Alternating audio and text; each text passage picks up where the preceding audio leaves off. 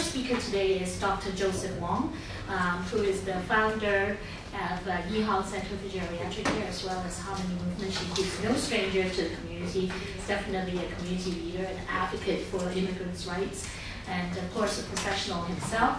The reason why we're here today is to, of course, listen to Dr. Wong and the other speakers about the Bill 124, which is going through a hearing right now, public hearing, and I would encourage you all to go to attend those hearings and listen to the various deputations.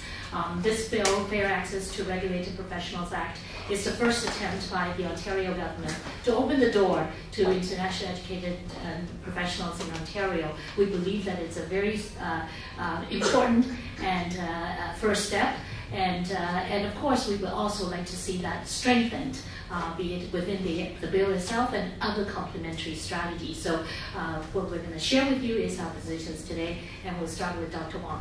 Thank you very much, Amy. I'm very glad to be here. First of all, I'd like to make a very, very brief introduction of myself. I'm also an immigrant coming from Hong Kong some 38 years ago, studying in Montreal. I went to Albert Einstein College of Medicine in New York City. So technically, I'm a foreign medical graduate. I graduated from New York City, coming back to Canada in 1976. If there was not enough opening for internship and residency position, I would not be able to come back and make my contribution here. So it is very important for Bill 124 to become a reality and also to be strengthened so that there would not be any systemic discrimination against people who were trained internationally and with equally good qualifications and equally good intention to come here to serve in Canada. Let me say that the trend for immigration is for years and years to come. We know that the population demographic is that aging is a phenomenon in every country in the world. It's not the typical thing in Canada. Canada is not unique in terms of our aging population.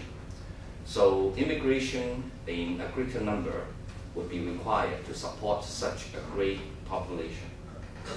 So whether it's in Canada, the States, Europe or Australia, all over the world, we need greater immigration in the Western world to support such a huge aging population.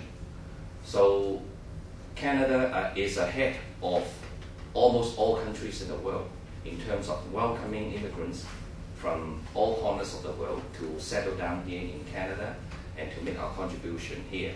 So Canada is essentially a nation made up of immigrants from all corners of the globe. And if we don't have a policy